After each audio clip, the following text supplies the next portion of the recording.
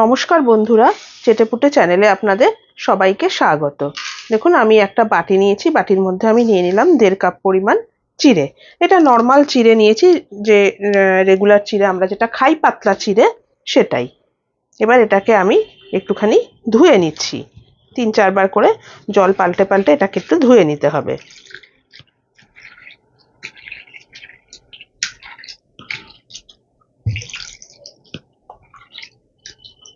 ধুয়ে নিয়ে আমি ফেরত আসছি। দেখুন, চিড়েটাতে আমি খুব সামান্য, এই মোটামুটি 3 টেবিল চামচ মতো আবার জল দিয়েছি, দিয়ে রেখে দিচ্ছি। এটাকে আমি মিনিট 10 একটু রেখে দিচ্ছি। চিড়েটাকে আমি সাইড করে দিয়েছি, দিয়ে আরো একটা বাটি নিয়েছি, এখানে আমি দিয়ে দিলাম 1.5 টেবিল চামচ সুজি।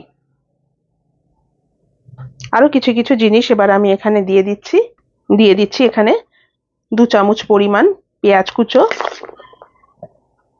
2 চামচ দিয়ে দিচ্ছি ক্যাপসিকাম, দিয়ে দিচ্ছি 1 বড় চামচ গ্রেটেড গাজর, একটুখানি দিয়ে দিচ্ছি আদা কুচি, দিয়ে দিচ্ছি কাঁচা লঙ্কা কুচি। এটা অবশ্যই স্বাদ বুঝে আপনারা দেবেন। স্বাদ মতো দিয়ে দিচ্ছি নুন, 1/2 চামচ মতো দিয়ে দিচ্ছি চিনি।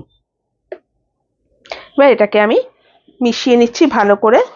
আমি এখানে কিন্তু কোনো জল ব্যবহার করব না, এই সবজি দিয়েই সুজিটাকে আমি পুরো মাখিয়ে নিচ্ছি। সবজিগুলোতে নুন দেওয়া হয়েছে, একটু জল তো ছাড়বেই, তাতেই সুজিটা অনেকটা নরম হয়ে যাবে।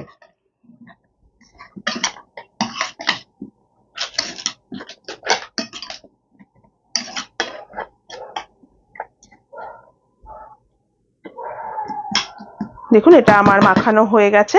এবার এটাকে আমি সাইড করে আবার আমি চিড়েটা নিয়ে আসছি। দেখুন, চিড়েটা অনেকটা নরম হয়ে গেছে, ঝরঝরে হয়ে গেছে চিড়েটা। এবারে আমি এখানে দিয়ে দিচ্ছি একটা বড় সাইজের আলু সেদ্ধ। আলুটাকে আমি গ্রেট করে দিয়ে দিচ্ছি।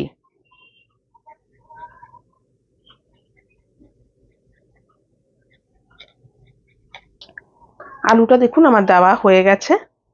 এবারে আমি এখানে দিয়ে দিচ্ছি নুন। আমি ওখানে অল্প নুনই দিয়েছিলাম, সেজন্য এখানে আমি আরো একটু নুন দিয়ে দিচ্ছি। দিয়ে দিচ্ছি ধনেপাতা কুচো, দিয়ে দিচ্ছি 1 টিস্পুন রিফাইন্ড অয়েল। এবারে যে সুজির যে সবজিটা আমি রেডি করেছিলাম, সুজির মধ্যে সমস্ত রকমের সবজি দিয়ে, সেই সবজিটা আমি এবারে নিয়ে আসছি, সেটা আমি এখানে অ্যাড করে দিচ্ছি। এটা নরম হয়ে গেছে সুজিটা।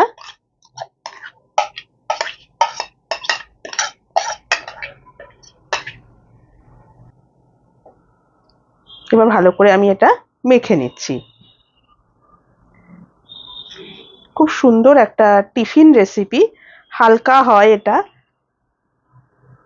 সকালবেলাতে আপনারা এটা ব্রেকফাস্টেও খেতে পারেন। তেল মশলাদার খাবার না খেয়ে মাঝে মাঝে এরকম বানিয়ে আপনারা খেতে পারেন, আর পেটটা অনেকক্ষণ অবধি দেখবেন এটাতে ভরা থাকে। ভালো করে এটাকে মেখে নিতে হবে। দেখুন, খুব সুন্দর মাখাটা হয়েছে, বাইন্ডিংটা খুব ভালো হয়েছে এটায়। এবার এটাকে আমি মিনিট 5 একটু ঢাকা দিয়ে রেখে দিচ্ছি। দেখুন, 5 মিনিট বাদে আমি আবার নিয়ে আসলাম। এবার এখান থেকে আমি শেপ দিয়ে নিচ্ছি। শেপ দেওয়ার জন্য আপনারা হাতে একটু তেল লাগিয়ে নিতে পারেন। মোটামুটি দেখুন, এক একটা ছোট একদম পাতিলেবুর সাইজের আমি এক একটা গোল মতো করে নিচ্ছি। আপনারা শেপটা আপনাদের পছন্দ মতো দিতে পারেন। এর ভেতরে আপনারা আপনাদের পছন্দ মতো সবজিও অ্যাড করতে পারেন, পুরোটাই আপনাদের ব্যাপার। দেখুন, এই যে এরম এরম সাইজের এক একটা বল আমি রেডি করছি। এভাবে সবগুলো বল রেডি করে আমি আপনাদেরকে দেখাচ্ছি। দেখুন বন্ধুরা, আমি এরকম ভাবে সমস্ত গোল গোল শেপ দিয়ে নিয়ে আসলাম। চলুন এবারে ভাজার প্রসেসে যাই। এবারে আমি হিটে একটা প্যান বসিয়ে এখানে 1 টেবিল স্পুন রিফাইন্ড অয়েল দিয়েছি। তেলটা গরম হয়ে গেছে, এখানে দিয়ে দিলাম সামান্য একটু গোটা জিরে, আর দিয়ে দিলাম বেশ কিছুটা পরিমাণ সর্ষে।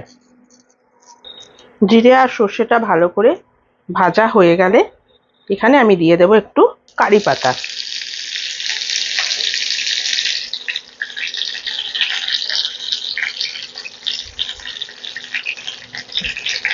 এবারে এই চিড়ের বলগুলো আমি একটা একটা করে দিয়ে দিচ্ছি।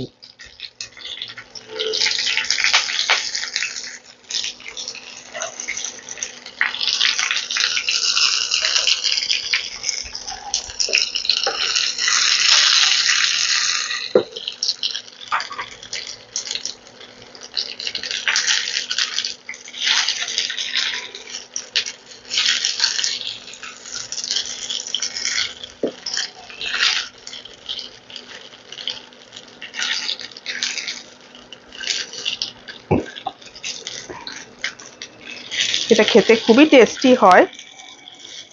ফ্লেমটা আমি মিডিয়ামে রেখেছি। সস দিয়ে আপনারা এটা খেতে পারেন। হালকা হয় আর কি অনেকটা, আর চিড়ে তো অনেকক্ষণ পেটে থাকে, পেটটা ভরা থাকে অনেকক্ষণ।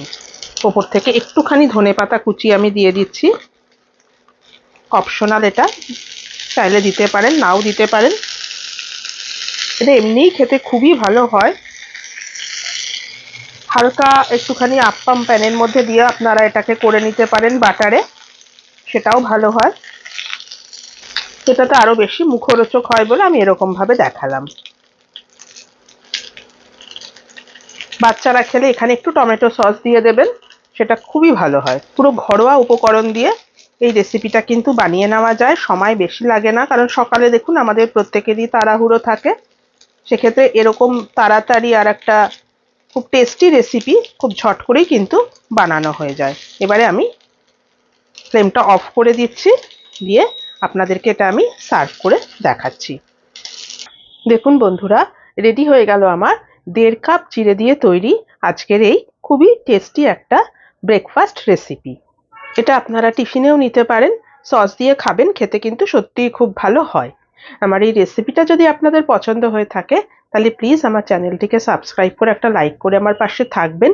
আর যদি ফেসবুক থেকে দেখেন আমার পেজটিকে কিন্তু ফলো করে নেবেন। আজ তাহলে চলি, আবার চলে আসবো অন্যদিন নতুন কোনো রেসিপি নিয়ে। সুস্থ থাকবেন, ভালো থাকবেন, নমস্কার।